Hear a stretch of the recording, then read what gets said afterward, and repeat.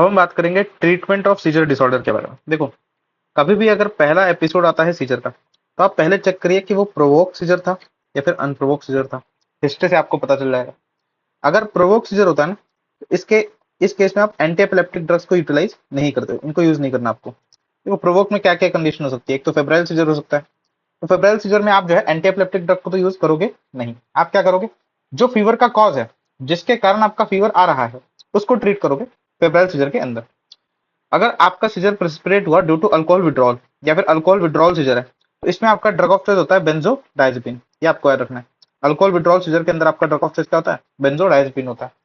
फिर हम बात करते हैं कि in case there is an unprovoked seizure, तो इसमें इंडिकेशन पता होनी चाहिए आपके कि क्या इंडिकेशन होते हैं to start an anti epileptic drug. पहली बात तो जो सीजर होना चाहिए वो अनप्रोवोक्ड होना चाहिए। ठीक है, हाँ। फिर आपका सीजर जो है कंटिन्यूस सीजर होना चाहिए। कंटिन्यूस सीजर होने का मतलब क्या है कि स्टेटस एपिलेप्टिकस। ओके, ये कंडीशन अगर हुई तो फिर आपको जो है एंटी एपिलेप्टिक ड्रग्स शुरू करने ही पड़ेंगे। या फिर जो भी कंडीशन है वो हाई रिकरेंस रेट के साथ हो। पहला सीजर आया और उसके साथ कुछ ऐसे फैक्टर्स एसोसिएटेड हो जो हाई रिकरेंस को दर्शाते हो। जैसे पहला सीजर आया और उस पेशेंट के अंदर फैमिली हिस्ट्री पॉजिटिव है, तो फैमिली हिस्ट्री पॉजिटिव अगर है तो मतलब हाई रिकरेंस है। आप जो है एंटी एपिलेप्टिक ड्रग को शुरू कर दो। पहला सीजर आया और आया along with focal neural deficit, जैसे कि टॉर्च पाल्सी आपका जो होता है फोकल न्यूरल डेफिसिट होता है। अगर फोकल न्यूरल डेफिसिट के साथ आता है तो रिकरेंस का रेट ज्यादा होता है। ऑब्वियसली आप क्या करोगे, एंटी एपिलेप्टिक ड्रग को शुरू कर दोगे। या फिर एबनॉर्मल ईईजी और एबनॉर्मल इमेजिंग, एमआरआई सीटी पर आपको एबनॉर्मलिटी दिखती है, तो उस केस में भी आपका रिकरेंस ज्यादा होता है, तो आपको जो है एंटी एपिलेप्टिक ड्रग शुरू करना पड़ेगा। तो इन चार केसेस के अंदर आपको जो है एंटी एपिलेप्टिक ड्रग शुरू करना पड़ेगा जब आपका सीजर अनप्रोवोक्ड हो। क्या हो? अनप्रोवोक्ड हो। ठीक है जी। फिर हम बात करते हैं कि क्या आपका होता है investigation of choice for the seizure. तो इन्वेस्टिगेशन ऑफ चॉइस तो होता है भाई ईईजी। लेकिन ईईजी में प्रॉब्लम क्या है, ईईजी से बेटर आपका वीडियो ईईजी होता है। ठीक है, ईईजी से बेटर आपका क्या होता है, वीडियो ईईजी होता है। अब ईईजी के साथ प्रॉब्लम क्या है कि ये फॉल्स नेगेटिव होता है 60% केसेस में, और फॉल्स पॉजिटिव होता है 5 से 10% केसेस में। फॉल्स नेगेटिव होने का मतलब क्या है कि जो इंटरइक्टल फेज होता है, दो सीजर्स के बीच का फेज, उस केस में नॉर्मल आ जाता है आपका ईईजी। ओके, एपिलेप्टिक पेशेंट के अंदर जो इंटरइक्टल फेज होता है उसमें 60% केसेस में नॉर्मल आ जाता है ईईजी, मतलब फॉल्स नेगेटिव आ जाता है। तो वही 5 से 10% केसेस में जो नॉन एपिलेप्टिक पर्सन है उसके अंदर भी आपका जो ईईजी है वो एबनॉर्मल दिखाता है, मतलब फॉल्स पॉजिटिव दिखाता है। तो इसीलिए ये आपके ड्रॉबैक्स है या फिर लिमिटेशन है ईईजी के। ठीक है, और ईईजी के दौरान जो है आप ऐसे कुछ स्टिमुलस भी देते हो ईईजी करवाते वक्त, जिससे जो आपका सीजर है वो प्रेसिपिटेट होता है। और फिर इस सीजर को, अगर सीजर प्रेसिपिटेट हुआ ड्यूरिंग ईईजी, तो फिर आप वीडियोग्राफी अगर कर लो उसकी, तो वो सीजर आपको डायरेक्टली दिख जाएगा। फिर ईईजी नॉर्मल आए एबनॉर्मल आए, आप अगर वीडियो पे देख पा रहे हो कि बंदे को सीजर आ रहा है, तो आपको जो है डायग्नोसिस बनाने में बहुत ईजी होता है। इसलिए आप वीडियो ईईजी को ज्यादा बेटर मानते हो as compare to normal EEG. ठीक है, मैं एक बात बता रहा था कि ईईजी के दौरान आप जो है कुछ ऐसा स्टिमुलस रखते हो जो कि प्रेसिपिटेट करवाते हैं सीजर को, जैसे कि हाइपर वेंटिलेट करवाते हैं पेशेंट को ताकि वो प्रेसिपिटेट कर सके एब्सेंट सीजर्स को। साथ में हम फोटिक स्टिमुलेशन, बहुत सारे जो है ऐसे रंग बिरंगी लाइट्स लगा देते हैं जो, और एक्स्ट्रा लाइट लगा देते हैं जो कि बेसिकली एक प्रेसिपिटेट करता है सीजर्स को। ठीक है, फिर हम बात करते हैं कि आपको एंटी एपिलेप्टिक ड्रग जो है स्टॉप कब करना है। तो स्टॉप कब करना है, सबसे पहले अगर आपका मेडिकल थेरेपी जो है वो कंप्लीट हो गया फॉर 1 to 5 years। अब ड्यूरेशन के बारे में बताते हैं। जब आपका मेडिकल थेरेपी कंप्लीट हो जाएगा तो जो है आप एंटी एपिलेप्टिक ड्रग को स्टॉप कर सकते हो। अब मेडिकल थेरेपी कंप्लीट कैसे होता है और कैसे हमको स्टॉप करवाना होता है एंटी एपिलेप्टिक ड्रग, वो समझाते हैं। देखो, आपके पास कोई पेशेंट आया जिसमें आपने ये चीजें थी, शायद से इनमें से कुछ भी चीज थी, आपने एंटी एपिलेप्टिक ड्रग शुरू करवाया। हाँ जी, करवाया। आपने एंटी एपिलेप्टिक ड्रग दिया 2 सालों के लिए, 2 सालों के लिए दिया। अब इन 2 सालों के दौरान आपका जो पेशेंट था वो सीजर फ्री था, उसको कोई भी सीजर का अटैक नहीं आया। फिर आपने क्या किया कि 2 साल तक ये सीजर फ्री है, तो आपने 1 साल तक इसके डोज जो था एंटी एपिलेप्टिक ड्रग का वो टेपर किया। और टेपर करने के बाद आप जो है स्टॉप कर दोगे अगर उस 1 साल के दौरान भी आपका पेशेंट जो है सीजर फ्री रहता है। तो पहले 2 साल के लिए एंटी एपिलेप्टिक ड्रग दिया, अगर तब सीजर फ्री रहा तो फिर आपने उसका डोज टेपर किया 1 साल तक। अगर उस 1 साल में भी पेशेंट आपका सीजर फ्री रहता है तो फिर आप जो है एंटी एपिलेप्टिक ड्रग को स्टॉप कर दोगे। ठीक है, ठीक है। आप ये सोचोगे कि 1 साल तक आपने जो है एंटी एपिलेप्टिक ड्रग दिया हुआ है, क्या 1 साल तक, सॉरी सॉरी 1 साल तक आपने जो है एंटी एपिलेप्टिक ड्रग को टेपर किया, तो 1 महीने के अंदर टेपर नहीं कर सकते क्या? नहीं कर सकते, क्योंकि sudden withdrawal of anti epileptic drug जो है ये खुद प्रेसिपिटेट कर देता है सीजर को। इसलिए sudden withdrawal of anti epileptic drug precipitate कर देता है सीजर को। इसलिए आपको टेपर करना है एंटी एपिलेप्टिक ड्रग को over the duration of 1 year. और इस 1 साल के दौरान जो है आपको ड्राइविंग और स्विमिंग अवॉइड करनी है। ठीक है, फिर हम बात करते हैं कि पहला तो चीज आपको पता चल गया कि कब आपको एंटीएपिलेप्टिक ड्रग स्टॉप करना है, after completing the medical therapy अपने प्रोटोकॉल के हिसाब से। बाकी वो सारी कंडीशंस जिनमें रिकरेंस का केस जो होता है, रिकरेंस जो होता है वो लेस होता है, उनमें जो है आप एंटीएपिलेप्टिक ड्रग को स्टॉप कर सकते हो। जैसे कि सिंगल सीजर टाइप हो, अगर जेएमई है तो जेएमई जो है मल्टीपल सीजर टाइप होता है इसमें। ओके, जैसे कि इसमें जीटीसीएस भी होता है, एब्सेंट सीजर भी होता है, आपका मायोक्लोनिक जर्क भी होता है। इसमें सिंगल सीजर टाइप नहीं होता। तो इसमें तो भाई आप लाइफ लॉन्ग ट्रीटमेंट दोगे एंटीएपिलेप्टिक ड्रग का, इसमें स्टॉप नहीं करोगे आप। अगर सिंगल सीजर टाइप है तो आप स्टॉप कर सकते हो। नॉर्मल न्यूरोलॉजिकल एग्जामिनेशन होना चाहिए, नो फैमिली हिस्ट्री नहीं होनी चाहिए, और ईजी आपका नॉर्मल होना चाहिए। जब ये पांचों की पांचों चीजें आपकी आ जाएगी तब जो है आप स्टॉप कर सकते हो एंटी एपिलेप्टिक ड्रग को किसी पेशेंट के अंदर। अब इसी पर बेस दो सवाल कर लेते हैं। पहला सवाल, which among the following is an indication to start anti epileptic drug in a patient. अब मैंने बताया था कि किसी भी एंटी एपिलेप्टिक ड्रग को स्टार्ट करने के लिए चार इंडिकेशन होते हैं। चार इंडिकेशन मैंने क्या बताया? पहला कि कंटिन्यूस सीजर्स हो, मतलब पेशेंट के अंदर स्टेटस एपिलेप्टिकस की कंडीशन हो। और तीन कंडीशन ऐसी बताई थी जिनके अंदर रिकरेंस ज्यादा होता है। एक तो फैमिली हिस्ट्री पॉजिटिव होगी, या फिर उस पेशेंट के अंदर during seizure after seizure focal neural deficit positive होगा, या फिर उस पेशेंट के अंदर एक पॉइंट में भूल गया, हाँ, उस पेशेंट के अंदर एबनॉर्मल ईईजी या फिर इमेजिंग होगा। इस केस में आपको जो है स्टार्ट करना पड़ेगा एंटी एपिलेप्टिक ड्रग को। यही पूछा गया इंडिकेशन आपको। तो पहले लास्ट ऑप्शन से शुरू करते हैं। First seizure along with Stokes Adams attack. देखो, स्टोक्स एडम अटैक क्या है? एक अरिथमिया है जिसके अंदर आपका हार्ट ब्लॉक हो जाता है, resulting into decreased heart rate, decrease pulse rate.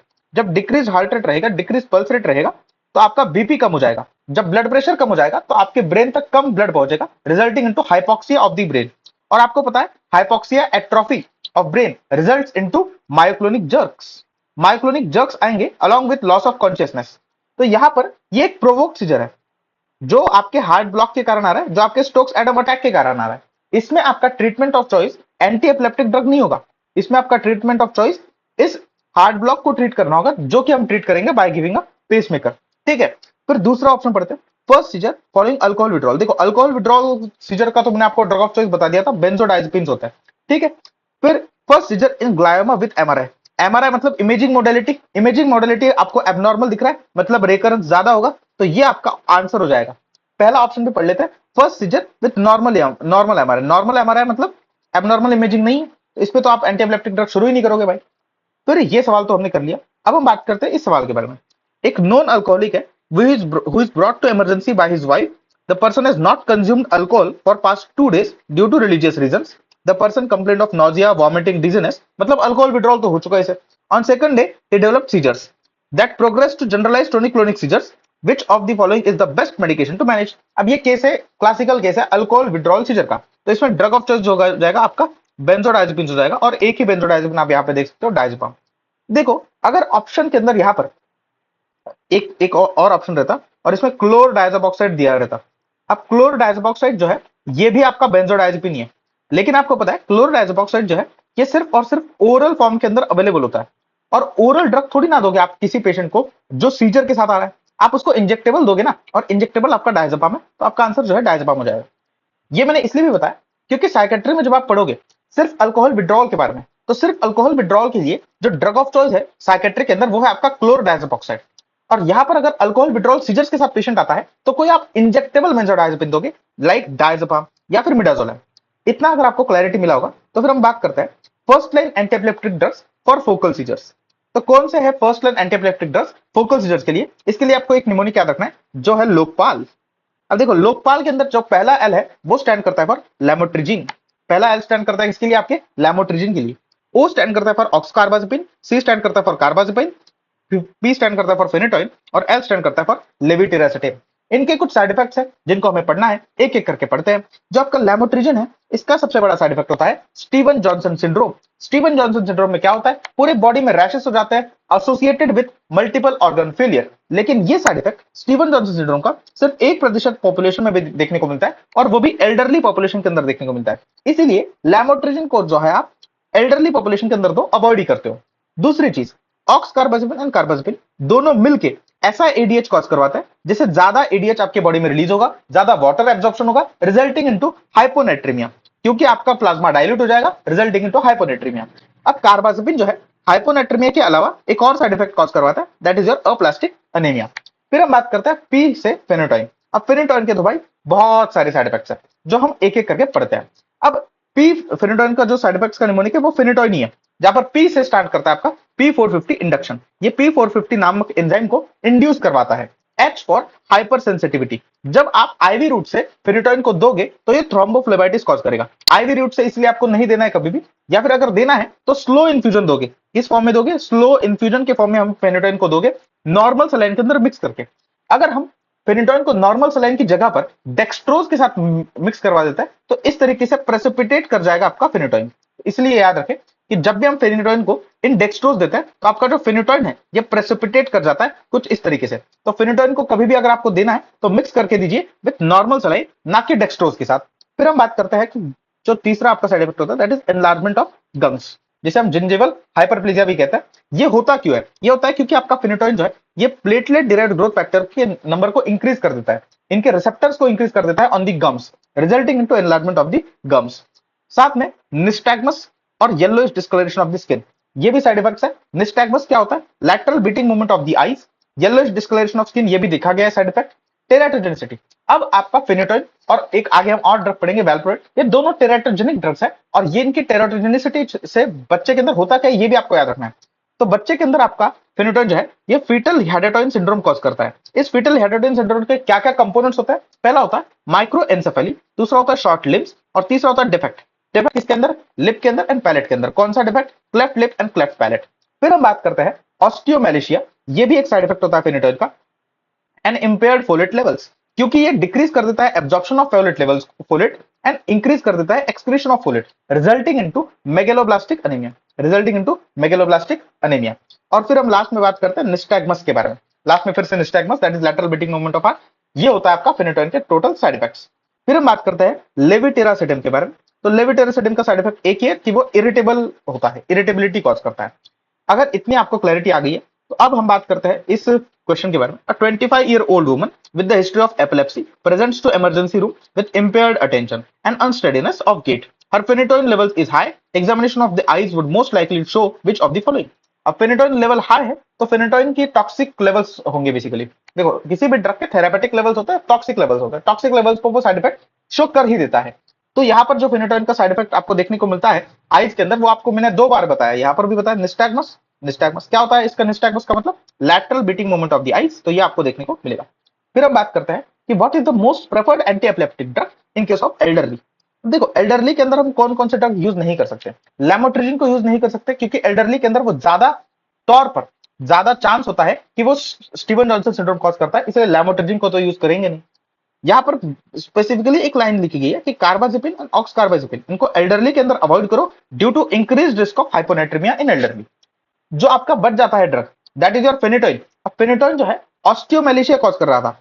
आपको पता है ऑलरेडी जो बोन्स होते हैं वो वीक होते हैं एल्डरली पीपल के। ऑलरेडी आप ऐसा ड्रग नहीं देना चाहोगे जो फिर से ऑस्टियोमेलेशिया कॉज कर रहा होगा, तो एक ही ड्रग बच जाता है एल्डरली के लिए दैट इज लेविटेरासिटम, और यही आपका most preferred anti epileptic drugs होगा एल्डरली के अंदर। फिर हम बात करते हैं क्रॉनिक लिवर डिसीजेस के बारे में। तो देखो इसके लिए आपको ये पता होना चाहिए कि सारे के सारे एंटी एपिलेप्टिक ड्रग्स, सारे के सारे एंटी एपिलेप्टिक ड्रग्स एक्सक्रीट होते हैं via liver except for the levetiracetam which is excreted via renal route. इसीलिए आपको क्रॉनिक लिवर डिसीज के केस में लेविटेरासिटम देना है क्योंकि लेविटेरासिटम जो है रीनल रूट से एक्सक्रीट हो जाएगा। और क्रॉनिक किडनी डिसीज में आप लेविटेरासिटम तो दे नहीं सकते क्योंकि ये रीनल रूट से एक्सक्रीट होता है। उस केस में आपको जो है लैमोट्रिजिन देना पड़ता है। ठीक है, इसमें से हमने ये पॉइंट तो पढ़ लिया, ये भी पॉइंट पढ़ लिया। हाँ, अब फेनिटोइन थेरेपी अगर चल रही है तो साथ में आपको फोलिक एसिड एंड कैल्शियम का सप्लीमेंटेशन देना है। फोलिक एसिड का सप्लीमेंटेशन देना है मेगलोब्लास्टिक अनीमिया के लिए, और कैल्शियम सप्लीमेंटेशन देना है ऑस्टियोमेलेशिया के लिए। ठीक है, and in case there is no response to anti epileptic drugs at maximum level, आपने मैक्सिमम डोज दे दिया एंटी एपिलेप्टिक ड्रग का, फिर भी आपको अगर कोई रिजल्ट नहीं देखने को मिल रहा तो फिर आप ऐड करें दूसरे एंटी एपिलेप्टिक ड्रग को एंड ग्रेजुअली जो पहला एंटी एपिलेप्टिक ड्रग था उसको टेपर करते जाइए। ठीक है, फिर हम बात करते हैं जीटीसीएस के बारे में। तो जीटीसीएस के ट्रीटमेंट में जो 2 ड्रग्स आप यूज करते हो वो होते हैं वैलोप्रोएट और लैमोट्रिजिन। ठीक है, वैल्प्रोएट और लैमोट्रिजिन। जो वैल्प्रोएट के साइड इफेक्ट्स है ये भी आपके वैल्प्रोएट के निमोनिक से ही आ जाएंगे, जहां पर V स्टैंड करेगा फॉर वॉमिटिंग, A स्टैंड करेगा फॉर एलोपेशिया, L स्टैंड करेगा for liver toxicity. Liver toxicity क्यों? क्योंकि ये हाइपर अमोनीमिया कॉज कर देता है आपका valproate, resulting into hepatic encephalopathy in the brain. साथ में लिवर के पास कई ऑर्गन है पैंक्रियास, पैंक्रियास के अंदर इंफ्लेमेशन कॉज करेगा पैंक्रियाटाइटिस। साथ में ये retention of fat and retention of fluid, जिसे हम इडिमा भी कहते हैं, ये दोनों चीज करवाता है। जब फैट का भी रिटेंशन होगा, फ्लूइड का भी रिटेंशन होगा, तो ऑब्वियसली वेट गेन जो है आपको देखने को मिलेगा एसोसिएटेड विद वैल्प्रोइड। साथ में एपेटाइट, एपेटाइट क्या होता है ना, एपेटाइट इनिशियली वैल्प्रोइड इंक्रीज करता है और बाद में डिक्रीज कर देता है। इसी के साथ आपका जो वैल्प्रोइड है टेराटोजेनिक ड्रग भी होता है। टेराटोजेनिक ड्रग मतलब कॉज क्या करता है ये बेबी के अंदर ड्यूरिंग प्रेगनेंसी, तो ड्यूरिंग प्रेगनेंसी 10 to 20% के केसेस में ये न्यूरल ट्यूब डिफेक्ट कॉज कर सकता है इन दी बेबी, जिसे हम स्पाइनी बाइफिडा भी कहते हैं। क्या कॉज कर सकता है, 10 to 20% केसेस में न्यूरल ट्यूब डिफेक्ट कॉज कर सकता है, जिसे हम स्पाइनी बाइफिडा भी कहते हैं। और ये एंजाइम इनिबिशन करता है, किस एंजाइम का, P450 का। जो हमने फेनेटोइन के बारे में पढ़ा था, ये वो P450 को इंड्यूस करता था। जो आप वैल्प्रोइड है, ये P450 को क्या कर रहा है, इनिबिट कर रहा है।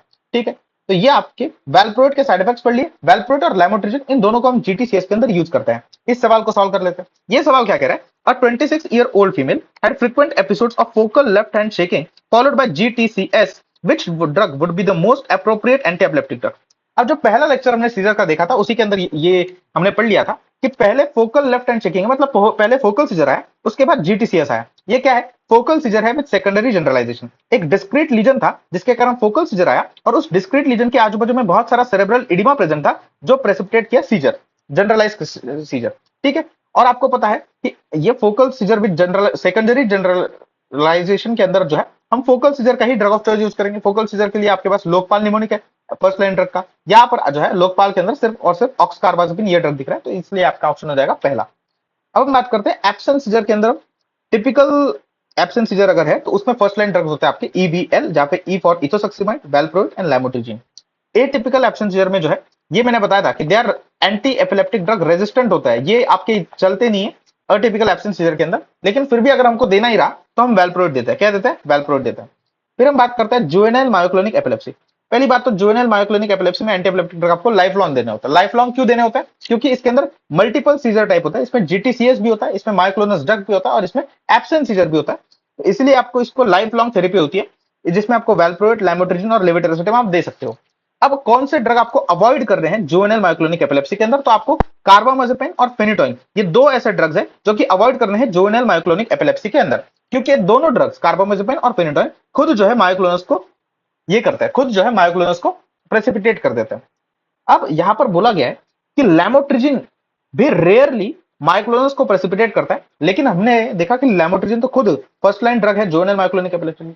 तो लैमोट्रिजिन का क्या है ना कि लैमोट्रिजिन बहुत ही ज्यादा रेयर है कि वो मायोक्लोनस को प्रेसिपिटेट करेगा। ठीक, इसीलिए जो है हम इसको फर्स्ट लाइन ड्रग के अंदर ऐड कर लिए। ठीक है, अब प्रॉब्लम क्या है ना, जो लैमोट्रिजिन होता है ये पॉसिबिलिटी ऑफ प्रेसिपिटेटिंग मायोक्लोनस ये इंक्रीज कर जाती है ड्यूरिंग प्रेगनेंसी, इसलिए लैमोट्रिजिन को हम अवॉइड करेंगे in case of juvenile myoclonic epilepsy during pregnancy. लेकिन अगर नॉर्मली जुवेनाइल मायोक्लोनिक एपिलेप्सी है तो उसमें आप लैमोट्रिजिन जो है उसका फर्स्ट लाइन ड्रग मान सकते हो। अब एपिलेप्सी सिंड्रोम के बारे में बताते हैं। एपिलेप्सी सिंड्रोम के अंदर आपका जो आता है वो आता है लेनॉक्स डिस्टॉर्ट सिंड्रोम। इसमें मल्टीपल सीजर टाइप होता है, सिर्फ एक सीजर टाइप नहीं होता, मतलब GTCS, absent seizure, myoclonic jerk, multiple seizure type होंगे along with impaired cognition and slow spike and wave आपको देखने को मिलेगा। फिर हम बात करते हैं प्रेगनेंसी के बारे में। देखो प्रेगनेंसी के दौरान कौन से सेफ एंटी एपिलेप्टिक ड्रग्स होते हैं जो हम देते हैं, और कौन से लीस्ट टेराटोजेनिक ड्रग्स होते हैं उनके बारे में पढ़ते हैं। तो तीन ड्रग्स है जो आपके प्रेगनेंसी के लिए आप देते हो, और वो तीन ड्रग्स है लैमोट्रिजिन, ऑक्सकार्बाजेपिन एंड लेविटिरासेटाम। ये तीन ड्रग्स है, लैमोट्रिजिन, ऑक्सकार्बाजेपिन एंड लेविटिरासेटाम। इन तीनों की टेराटोजेनिसिटी नियरली इक्वल है, मतलब इन तीनों में से आप बोल नहीं सकते कि ये सबसे बेस्ट है, ये सबसे सेफेस्ट है। ठीक है, अब ड्रग ऑफ चॉइस आपका वो होता है सीजर के टाइप के हिसाब से। मोनोथेरेपी मतलब कभी भी एक ही ड्रग दोगे ड्यूरिंग प्रेगनेंसी इन सीजर्स, कोई भी एक ही एंटी एपिलेप्टिक ड्रग दोगे, और वो भी एंटी एपिलेप्टिक ड्रग जो आप दोगे वो लोवेस्ट इफेक्टिव डोज में दोगे। कैसे दोगे, लोवेस्ट इफेक्टिव डोज में दोगे। हाँ जी ठीक है, कोई दिक्कत नहीं।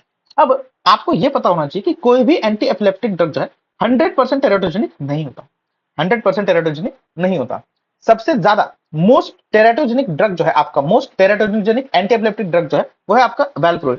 वो भी वैल्प्रोइड भी जो है सिर्फ 10 to 20% पॉपुलेशन के अंदर ही न्यूरल ट्यूब डिफेक्ट कॉज करवाता है, तो बाकी के तो इससे कम ही करवाता है। तो इससे आपको ये समझना है कि एंटी एपिलेप्टिक ड्रग जो है 100% टेराटोजेनिक तो जो ये होते नहीं है। ठीक है, हाँ जी, इसीलिए आपको नहीं चेंज करना है एंटी एपिलेप्टिक ड्यूरिंग प्रेगनेंसी, क्योंकि अगर प्रेगनेंसी के दौरान आपने एंटी एपिलेप्टिक ड्रग को चेंज किया then it can precipitate seizure. अगर आपने एंटी एपिलेप्टिक ड्रग को चेंज किया during pregnancy then it can precipitate seizure. ये आपको पता होना चाहिए। इसलिए अगर पहले से प्रेगनेंसी के पहले से अगर फीमेल वैल्प्रोएट पे थी तो वैल्प्रोएट को कंटिन्यू करो ड्यूरिंग द प्रेगनेंसी, चेंज मत करो वैल्प्रोएट को, ठीक है। अगर आप टेपर करने जाओगे तो टेपर करने को तो आपको पता है 1 साल तक टेपर करना होता है, जब तक आप टेपर करोगे तब तक तो प्रेगनेंसी खत्म हो जाएगी। इसीलिए आप जो है एंटी एपिलेप्टिक ड्रग को प्रेसिपिटेट आप चेंज ही नहीं करते हो, बेसिकली चेंज नहीं करते ड्यूरिंग सीजर, ठीक है। अब हम बात करते हैं सीजर की फ्रीक्वेंसी के बारे में।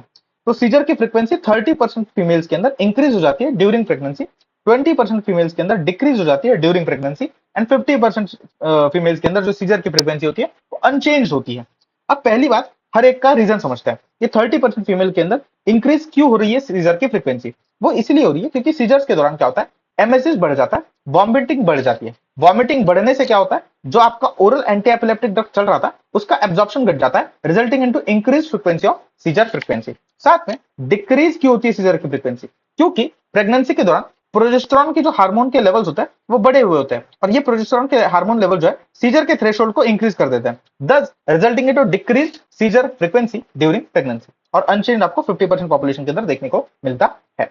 What is the most preferred anti epileptic drug in pregnancy for focal seizures and GTCS? Focal seizures और जीटीसीएस के लिए आपका लैमोट्रिजिन होता है, और मैंने बताया था कि लैमोट्रिजिन को हम जेएमई के अंदर यूज नहीं करेंगे ऑफ प्रेगनेंसी, क्योंकि प्रेगनेंसी के जेएमई के अंदर आपका जो लैमोट्रिजिन है ये खुद मायोक्लोनस जो है प्रेसिपिटेट कर सकता है, ठीक है। इसलिए जेएमई ऑफ प्रेगनेंसी के अंदर हम क्या देते हैं, लेविटिरासेटम देते हैं, ठीक है।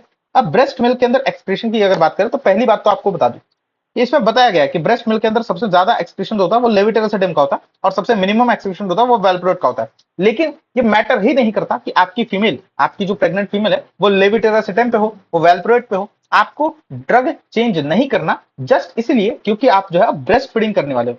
ओके, लैक्टेटिंग फीमेल और एंटी एपिलेप्टिक ड्रग, पहली बात तो ब्रेस्ट फीडिंग आपको करनी ही करनी है, आपको इसलिए रोकनी नहीं है क्योंकि आप एंटी एपिलेप्टिक ड्रग पे हो इसलिए आप नहीं करोगे, आपको करनी ही करनी है ब्रेस्ट फीडिंग। और एंटी एपिलेप्टिक ड्रग जो कंटिन्यू थी पहले वही कंटिन्यू करनी है, चेंज नहीं करनी है, चाहे आप लेविट्रेसेटिम पे थे चाहे आप वैल्प्रोएट के थे। क्योंकि अगर न्यूनेट के अंदर वो आपका चला भी जाता है ब्रेस्ट फीड के थ्रू आपका एंटी एपिलेप्टिक ड्रग, फिर भी वो कोई प्रॉब्लम कॉज नहीं करता न्यूनेट के अंदर। तो मैक्सिमम जो है लेविट्रेसेटिम का ब्रेस्ट मिल्क के अंदर एक्सप्रेशन होता है, मिनिमम आपके वैल्प्रोएट का होता है। फिर अब इस सवाल को सॉल्व करते हैं। A 29-year-old, 4-month pregnant primary gravida has a history of juvenile myoclonic epilepsy. She has been taking regularly sodium valproate and now seeking an opinion for an anti-epileptic regimen. What would you suggest her? पहले से वो जेएमई की case है और वो sodium valproate उसके लिए ले रही है, तो आप जो है टेपर करने का तो कोई सवाल ही नहीं होता और चेंज करने का तो कोई सवाल ही नहीं होता। आप जो है कंटिन्यू करेगा वैल्प्रोएट थेरेपी को और मॉनिटर करोगे उसके ड्रग लेवल को। अगर टॉक्सिक लेवल्स में जा रहे होंगे तो डोज को कम कर दोगे, और अगर थेरेपेटिक लेवल्स में ही होगे तो फिर आप कंटिन्यू करोगे, ठीक है। मतलब कंटिन्यू तो करना ही है, बस अगर टॉक्सिक लेवल्स के अंदर जा रहे होंगे आपके लेवल्स ऑफ वैल्प्रोएट तो आप जो है डोज को कम कर दोगे वैल्प्रोएट को। साथ में वैल्प्रोएट अगर दोगे तो वैल्प्रोएट के साथ आप क्या दोगे, फोलिक एसिड को सप्लीमेंट कर दोगे। क्या कर दोगे, फोलिक एसिड का सप्लीमेंटेशन दे दोगे। फर्टाइल फीमेल है, किसी भी फर्टाइल फीमेल के अंदर ऑन एंटी एपिलेप्टिक ड्रग, कोई भी फर्टाइल फीमेल हो जो एंटी एपिलेप्टिक ड्रग पे है, उसको प्री प्रेगनेंसी मतलब प्रेगनेंसी से पहले जो है आपको फोलिक एसिड सप्लीमेंटेशन शुरू कर देना है। गायनी के लोग ये कहते हैं कि 3 महीने प्रायर टू प्रेगनेंसी जो है आप शुरू कर दो। मेडिसिन वाले लोग कहते हैं कि जिस वक्त पता है आपको कि अभी कभी भी आप जो है कंसीव करने वाले हो प्रेगनेंसी, तो आप एज सुन एज पॉसिबल जो है फोलिक एसिड सप्लीमेंटेशन शुरू कर दो। फिर हम बात करते हैं कि अगर आपके पास, आप कहीं बाहर हो हॉस्पिटल के बाहर और आपके सामने कोई भी पेशेंट को अगर सीजर का अटैक आता है तो आप क्या करोगे?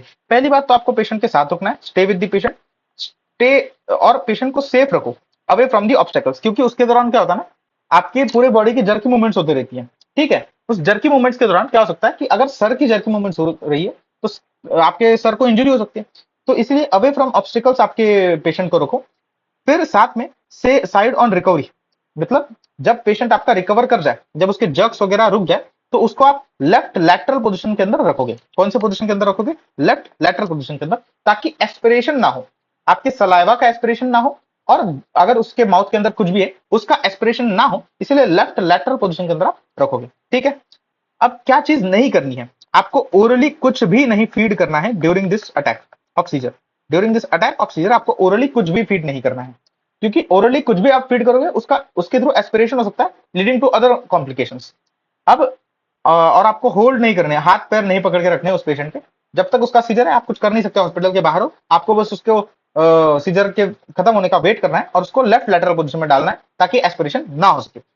अगर मान लीजिए उसको सीजर का अटैक आ रहा है और उसके पॉकेट के अंदर एंटी एपिलेप्टिक ड्रग पड़ी हुई है, तो इसका क्या मतलब है कि आपको वो एंटी एपिलेप्टिक ड्रग देनी है? नहीं देनी है, क्योंकि मैंने पहले ही बताया था कि आपको कुछ भी ओरली फीड नहीं करना है, मेडिसिन भी आपको ओरली फीड नहीं करनी है, because also it is found in his pocket. फिर ये सवाल सॉल्व करते हैं। A person waiting for a train on railway platform starts having seizures, he has a band showing him to be an epileptic on medication and his medication are in his pocket. What should be the next step? Take away the person from the train, make sure he does not fall, meanwhile call for medical help and transfer him. यही सब, यही correct है, क्योंकि आपको medicine के साथ तो कुछ करना है नहीं, आपको मेडिसिन देनी है नहीं, तो यही आपका करेक्ट ऑप्शन है। अब रिफ्रैक्टरी एपिलेप्सी क्या होता है ये पढ़ लेना।